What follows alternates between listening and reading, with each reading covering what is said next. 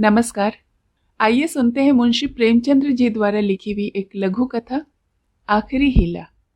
आखिरी हीला पति और पत्नी के बीच पत्रों का वाद संवाद है, जिसमें नायक तरह तरह के हीलों मतलब बहानों का हवाला देकर पत्नी को उनके मायके में ही रखना चाहता है, और पत्नी है कि वह पति के पास आना चाहती है। पति और पत्नी के बीच इस रोचक वाद संवाद का आप भी आनंद उठाइए। दोस्तों, अगर आप मेरे चैनल को पसंद करते हो तो इसे ज़रूर सब्सक्राइब कीजिए, और हाँ, बेल आइकन प्रेस करना मत भूलिए। धन्यवाद। तो आइए सुनते हैं आखिरी हीला। यद्यपि मेरी स्मरण शक्ति पृथ्वी के इतिहास की सारी स्मरणीय तारीखें भूल गई, वह तारीखें जिन्हें रातों को जागकर और मस्तिष्क को खपाकर याद किया था, मगर विवाह की तिथि समतल भूमि में एक स्तंभ की भांति अटल है। न भूलता हूँ न भूल सकता हूँ। उससे पहले और पीछे की सारी घटनाएं दिल में मिट गई हैं, उनका नाम निशान तक बाकी नहीं। वह सारी अनेकता एक एकता में मिश्रित हो गई, और वह है मेरे विवाह की तिथि। चाहता हूँ उसे भूल जाऊं, मगर जिस तिथि का नित्य प्रति सुमिरन किया जाता हो वह कैसे भूल जाए। नित्य प्रति सुमिरन क्यों करता हूँ, यह उस विपत्ति मारे से पूछिए जिसे भगवत भजन के सिवाय जीवन के उद्धार का और कोई आधार न रहा हो। लेकिन क्या मैं वैवाहिक जीवन से इसीलिए भागता हूँ कि मुझ में रसिकता का अभाव है और मैं कोमल वर्ग की मोहिनी शक्ति से निर्लिप्त हूँ और अनासक्ति का पद प्राप्त कर चुका हूँ? क्या मैं नहीं चाहता हूँ कि जब मैं सैर करने निकलूं तो हृदयेश्वरी भी मेरे साथ विराजमान हो, विलास वस्तुओं की दुकानों पर उनके साथ जाकर थोड़ी देर के लिए रसमय आग्रह का आनंद उठाऊं? मैं उस गर्व, आनंद और महत्व का अनुभव कर सकता हूँ जो मेरे अन्य भाइयों की भांति मेरे हृदय में भी आंदोलित होती है, लेकिन मेरे भाग्य में वह खुशियां व रंगरेलियां हैं ही नहीं, क्योंकि चित्र का दूसरा पक्ष भी तो देखता हूँ। एक पक्ष जितना ही मोहक और आकर्षक है, दूसरा उतना ही हृदय विदारक और भयंकर। शाम हुई और आप बदनसीब बच्चे को गोद में लिए तेल या ईंधन की दुकान पर खड़े हैं। अंधेरा हुआ और आप आटे की पोटली बगल में दबाए गलियों में यूं कदम बढ़ाए जाते हैं मानो चोरी की है। सूर्य निकला और बालकों को गोद में लिए होम्योपैथिक की डॉक्टर की दुकान में कुर्सी पर आरूढ़ हैं। किसी खोचे वाले की रसीली आवाज सुनकर बालक ने गगन भेदी विलाप आरंभ किया और आपके प्राण सूख गए। ऐसे बापों को भी देखा है जो दफ्तर से लौटते हुए पैसे 2 पैसे की मूंगफलियां या रेवड़ियां लेकर लज्जास्पद शीघ्रता के साथ मुंह में रखते चले जाते हैं कि घर पहुंचते पहुंचते बालकों के आक्रमण से पहले यह पदार्थ समाप्त हो जाए। कितना निराशाजनक होता है यह दृश्य जब देखता हूँ कि मेले में बच्चा किसी खिलौने की दुकान के सामने मचल रहा है और पिता महोदय ऋषियों की इसी विद्वता के साथ उनकी क्षण भंगुरता का राग अलाप रहे हैं। चित्र का पहला रुख तो मेरे लिए एक मदन स्वप्न है, दूसरा रुख एक भयंकर सत्य। इस सत्य के सामने मेरी रसिकता अंतर्ध्यान हो जाती है। मेरी सारी मौलिकता, सारी रचनाशीलता इसी दाम्पत्य के फंदे से बचने में प्रयुक्त हुई है। जानता हूँ कि जाल के नीचे जाना है, मगर जाल जितना ही रंगीन और ग्राहक है, दाना उतना ही घातक और विषैला। इस जाल में पंछियों को तड़पते और फड़फड़ाते देखता हूँ और फिर जाल पर जाकर बैठ जाता हूँ। लेकिन इधर कुछ दिनों से श्रीमती जी ने अविश्रांत रूप से आग्रह करना शुरू कर दिया है कि मुझे बुला लो। पहले जब छुट्टियों में घर जाता था तो मेरी केवल कहाँ चलोगे कह देना ही उनकी चित्त शांति के लिए काफी हो जाता था। फिर मैंने झंझट है कहकर उन्हें तसल्ली देनी शुरू कर दी। इसके बाद गृहस्थ जीवन की असुविधाओं से डराया, किंतु अब कुछ दिनों से उनका अविश्वास बढ़ता जाता है। अब मैंने छुट्टियों में भी उनके आग्रह के भय से घर जाना बंद कर दिया है कि कहीं वह मेरे साथ चल न खड़ी हो, और नाना प्रकार के बहानों से उन्हें आशंकित भी करता रहता हूँ। मेरा पहला बहाना पत्र संपादकों के जीवन की कहानियों के विषय में था। कभी 12 बजे रात को सोना नसीब होता है, कभी रत जगा करना पड़ता है, सारे दिन गली गली ठोकरें खानी पड़ती है। इस पर तुर्रा यह कि हमेशा सिर पर नंगी तलवार लटकी रहती है, न जाने कब कहाँ गिरफ्तार हो जाऊं, कब जमानत तलब हो जाए। खुफिया पुलिस की एक फौज हमेशा पीछे पड़ी रहती है। कभी बाजार में निकल जाता हूँ तो लोग अंगुलियां उठाकर कहते हैं, वह जा रहा है अखबार वाला। मानो संसार की जितनी दैविक आदि दैविक, भौतिक आदि भौतिक बाधाएं हैं, उनका मैं ही उत्तरदायी हूँ। मानो मेरा मस्तिष्क झूठी खबरें गढ़ने का कार्यालय है। सारा दिन अफसरों की सलामी और पुलिस की खुशामद में गुजर जाता है। कांस्टेबल को देखा और प्राण पीड़ा होने लगी। मेरी तो यह हालत है और हुक्काम है कि मेरी सूरत से कांपते हैं। एक दिन दुर्भाग्यवश एक अंग्रेज के बंगले की तरफ जा निकला। साहब ने पूछा, क्या काम करता है? मैंने गर्व के साथ कहा, पत्र का संपादक हूँ। साहब तुरंत अंदर घुस गए और कपाट मुद्रित कर लिए। फिर मैंने मेम साहब और बाबा लोगों को खिड़कियों से झांकते देखा, मानो जैसे मैं कोई भयंकर जंतु हूँ।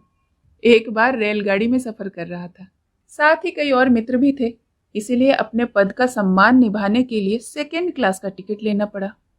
गाड़ी में बैठा तो एक साहब ने मेरे सूटकेस पर मेरा नाम और पेशा देखते ही तुरंत अपना संदूक खोला और रिवॉल्वर निकालकर मेरे सामने गोलियां भरी, जिससे मुझे मालूम हो जाए कि वह मुझसे सचेत हैं। मैंने देवी जी से अपने आर्थिक कठिनाइयों की कभी चर्चा नहीं की, क्योंकि मैं रमणियों के सामने यह जिक्र करना अपनी मर्यादा के विरुद्ध समझता हूँ। हालांकि मैं वह चर्चा करता तो देवी जी की दया का अवश्य पात्र बन जाता। मुझे विश्वास था कि श्रीमती जी फिर यहाँ आने का नाम न लेंगी, मगर यह मेरा भ्रम था। उनके आग्रह पूर्ववत होते रहे। तब मैंने दूसरा बहाना सोचा। शहर बीमारियों के अड्डे हैं, हर एक खाने पीने की चीज में विष की शंका। दूध में विष, घी में विष, फलों में विष, शाक सब्जी में विष, हवा में विष, पानी में विष। यह मनुष्य का जीवन पानी की लकीर है, जिसे देखो आजकल गायब। अच्छे खासे बैठे हैं, हृदय गति बंद हो गई। घर से सैर को निकले, मोटर से टकराकर सुरपुर की राह ले ली। अगर शाम तक कोई सही सलामत घर आ जाए तो उसे भाग्यवान ही समझो। मच्छर की आवाज कान में आई, दिल बैठ गया। मक्खी नजर आई, हाथ पांव फूल गए। चूहा बिल से निकला और जान निकल गई। जिधर देखिए यमराज की अलमदारी है। अगर मोटर और ट्राम से बचकर आ गए तब मच्छर और मक्खी के शिकार हुए। बस यही समझ लो कि मौत हरदम सिर पर खेलती रहती है। रात भर मच्छरों से लड़ता हूँ, दिन भर मक्खियों से। नन्ही सी जान को किन किन दुश्मनों से बचाऊं। सांस भी मुश्किल से लेता हूँ कि कहीं क्षय के कीटाणु फेफड़े में न पहुंच जाए। देवी जी को फिर भी मुझ पर विश्वास न आया। दूसरे पत्र में फिर वही आरजू। लिखा था, तुम्हारे पत्र ने एक और चिंता बढ़ा दी। अब प्रतिदिन पत्र लिखा करना, मैं एक न सुनूंगी और सीधे चली आऊंगी। मैंने दिल में कहा, चलो सस्ते छूटे। मगर यह खटका लगा हुआ था कि न जाने कब उन्हें शहर आने की सनक सवार हो जाए। इसीलिए मैंने तीसरा बहाना भी सोच निकाला। यहाँ मित्रों के मारे नाको दम रहता है। आकर बैठ जाते हैं तो उठने का नाम भी नहीं लेते, मानो अपना घर बेच कर आए हों। अगर घर से टल जाओ तो आकर बेधड़क कमरे में बैठ जाते हैं और नौकर से जो चीज चाहे उधार मंगवा लेते हैं। देना तो मुझे पड़ता है।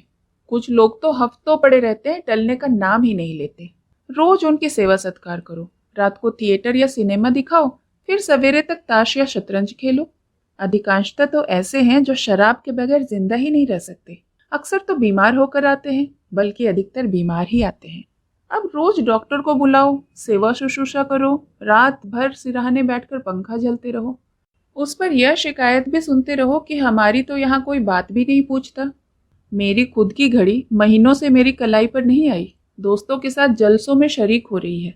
अचकन है, वह एक साहब के पास है, कोट दूसरे साहब ले गए, जूते एक और बाबू उड़ा ले गए। मैं वही रद्दी कोट और वही चमरौदा जूता पहनकर दफ्तर जाता हूँ। मित्र वृंद ताड़ते रहते हैं कि कौन सी नई वस्तु लाया। कोई चीज लाता हूँ तो डर के मारे संदूक में छिपा कर रख देता हूँ। किसी की निगाह पड़ जाए तो कहीं न कहीं न्योता खाने की धुन सवार हो जाए। पहली तारीख को वेतन मिलता है तो चोरों की तरह दबे पांव घर आता हूँ कि कहीं कोई महाशय रुपयों की प्रतीक्षा में द्वार पर धरना न जमाए बैठे हों। मालूम नहीं उनकी सारी आवश्यकताएं पहली ही तारीख की बाट क्यों जोहती रहती हैं। एक दिन वेतन लेकर 12 बजे रात को लौटा, मगर देखा तो आधे दर्जन मित्र उस वक्त भी डटे हुए थे। माथा ठोक लिया। कितने ही बहाने करूं, उनके सामने एक न चलती है। मैं कहता हूं घर से पत्र आया है, माताजी बहुत बीमार है। जवाब देते हैं, अजी बूढ़े इतनी जल्दी नहीं मरते, मरना ही होता तो इतने दिन जीवित क्यों रहती। देख लेना 2-4 दिनों में अच्छी हो जाएंगी, और अगर मर भी जाए तो वृद्ध जनों की मृत्यु का शोक ही क्या, वह तो और खुशी की बात है। कहता हूँ लगान का बड़ा तकाजा हो रहा है। जवाब मिलता है, आजकल लगान तो बंद ही हो रहा है, लगान देने की जरूरत ही नहीं रही। अगर किसी संस्कार का बहाना बनाता हूँ तो फरमाते हैं, तुम भी विचित्र जीव हो। इन कुप्रथाओं की लकीर पीटना तुम्हारी शान के खिलाफ है। अगर तुम उनका मूल्योच्छेदन करोगे तो वो लोग क्या आकाश से आवेंगे? गरज यह कि किसी तरह प्राण नहीं बचते। मैंने समझा था कि हमारा यह बहाना निशाने पर बैठेगा। ऐसे घर में कौन रमणी रहना पसंद करेगी जो मित्रों पर ही अर्पित हो गया हो? किंतु मुझे फिर भ्रम हुआ। उत्तर में फिर वही आग्रह। तब मैंने चौथा हीला सोचा। यहाँ के मकान है कि चिड़ियों के पिंजड़े, न हवा न रोशनी। वह दुर्गंध उड़ती है कि खोपड़ी भन्ना जाती है। कितने ही के तो इसी दुर्गंध के कारण विसूचिका, टाइफाइड, यक्षमा आदि रोग हो जाते हैं। वर्षा हुई और मकान टपकने लगा। पानी चाहे घंटे भर बरसे, मकान रात भर बरसता रहता है। ऐसे बहुत कम घर होंगे जिनमें प्रेत बाधाएं न हो। लोगों को डरावने स्वप्न दिखाई देते हैं। कितनों को तो उन्माद रोग हो जाता है। आज नए घर में आए नहीं कि कल ही उसे बदलने की चिंता सवार हो जाती है।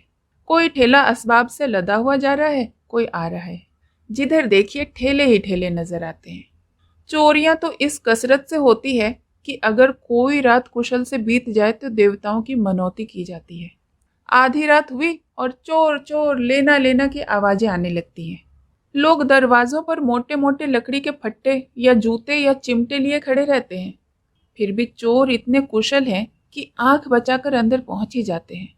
एक मेरे बेतकल्लुफ दोस्त हैं, स्नेहवश मेरे पास बहुत देर तक बैठे रहते हैं। रात अंधेरे में बर्तन खड़के तो मैंने बिजली की बत्ती जलाई। देखा तो वही महाशय बर्तन समेट रहे हैं। मेरी आवाज सुनकर जोर से कहा मारा और बोले, मैं तुम्हें चकमा देना चाहता था। मैंने दिल में समझ लिया, अगर निकल जाते तो बर्तन आपके थे, जब जाग पड़ा तो चकमा हो गया। घर में आए कैसे थे, यह रहस्य है। कदाचित रात को ताश खेल कर चले तो बाहर जाने के बदले अंधेरी कोठरी में छिपकर बैठ गए। एक दिन एक महाशय मुझसे पत्र लिखाने आए। कमरे में कलम दावात न थी, ऊपर के कमरे से लाने गए। लौट कर आया और देखा कि आप गायब हैं और उनके साथ फाउंटेन पेन भी गायब है। सारांश यह कि नगर जीवन नरक जीवन से कम दुखदायी नहीं है। मगर पत्नी जी पर नागरिक जीवन का ऐसा जादू चढ़ा हुआ था कि मेरा कोई भी बहाना उन पर असर न करता। इस पत्र के जवाब में उन्होंने लिखा, मुझसे बहाना करते हो? मैं हरगिज न मानूंगी, तुम आकर मुझे ले जाओ। आखिर मुझे पांचवा बहाना करना पड़ा। यह खोचे वालों के विषय में था। अभी बिस्तर से उठने की नौबत नहीं आई कि कानों में विचित्र सी आवाजें आने लगी। बाबुल के मीनार के निर्माण के समय भी ऐसी निरर्थक आवाजें ना आई होंगी। वह खोचे वालों की शब्द क्रीड़ा है। उचित तो यह था कि यह खोचे वाले ढोल मंजीरे के साथ लोगों को अपनी चीजों की ओर आकर्षित करते, मगर ये नौंधी अकल वालों को कहाँ सूझती है। ऐसे पैशाचिक स्वर निकालते हैं कि सुनने वाले के रोए खड़े हो जाते हैं। बच्चे माँ की गोद में चिमट जाते हैं। मैं भी रात को अक्सर चौंक कर उठ पड़ता हूँ। एक दिन तो मेरे पड़ोस में एक दुर्घटना हो गई। 11 बजे थे। कोई महिला बच्चे को दूध पिलाने उठी थी। एकाएक जो किसी खोचे वाले की भयंकर ध्वनि कानों में आई तो चीख मारकर चिल्ला उठी और फिर बेहोश हो गई। महीनों तक दवा दारू करने के बाद अच्छी हुई और अब रात को कानों में रुई डालकर सोती है। ऐसे कृत्य नगरों में नित्य होते रहते हैं। मेरे ही मित्र में से कई ऐसे हैं जो अपनी स्त्रियों को घर से ले आए, मगर बेचारियां दूसरे ही दिन इन आवाजों से भयभीत होकर घर लौट गईं। श्रीमती जी ने इसके जवाब में लिखा, तुम समझते हो मैं खोचे वालों की आवाज से डर जाऊंगी? यहाँ गीदड़ों का हव्वाना और उल्लुओं की चीख सुनकर तो डरती नहीं, खोचों वालों से क्या डरूंगी। अंत में मुझे एक ऐसा बहाना सूझा जिसकी सफलता पर मुझे पूरा विश्वास था। यद्यपि इसमें कुछ बदनामी थी, लेकिन बदनामी से मैं इतना नहीं डरता जितना उस विपत्ति से। फिर मैंने लिखा, शहर में शरीफ जादियों की रहने की जगह नहीं है। यहाँ की महारानियां इतनी कटुभाषी हैं कि बातों का जवाब गालियों से देती हैं, और उनके बनाव श्रृंगार का क्या पूछना। भले घर की स्त्रियां तो उनके ठाठ देखकर ही शर्म से पानी पानी हो जाती हैं। सिर से पांव तक सोने से लदी हुई, सामने से निकल जाती है तो ऐसा मालूम होगा कि सुगंध की लपट निकल गई। गृहिणियां ये ठाट बाट कहाँ से लाएं? उन्हें तो और भी सैकड़ों चिंताएं हैं। इन महारानियों को तो बनाव श्रृंगार के सिवाय दूसरा काम है नहीं। नित्य नई साज धाज, नित्य नई अदा, और चंचलता तो ऐसी गजब की कि मानो अंग में रक्त की जगह पारा भर दिया गया हो। उनका चमकना, मटकना, मुस्कुराना देखकर गृहिणियां लज्जित हो जाती हैं और ऐसी दीदा दिलेर हैं कि जबरदस्ती घरों में घुस पड़ती हैं। जिधर देखो इनका मेला सा लगा हुआ है। इनके मारे भले आदमियों का घर में बैठना मुश्किल है। कोई खत लिखाने के बहाने से आ जाती हैं, कोई खत पढ़ने के बहाने से। असली बात तो यह है कि गृह देवियों का रंग फीका करने में इन्हें बड़ा आनंद मिलता है। इसीलिए शरीफ जादियां बहुत कम शहरों में आती हैं।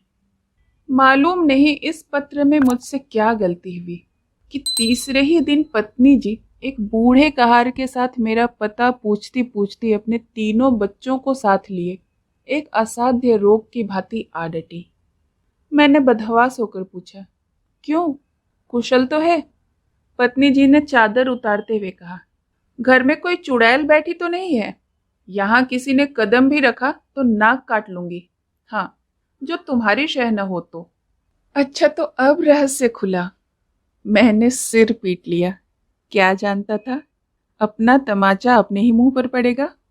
धन्यवाद।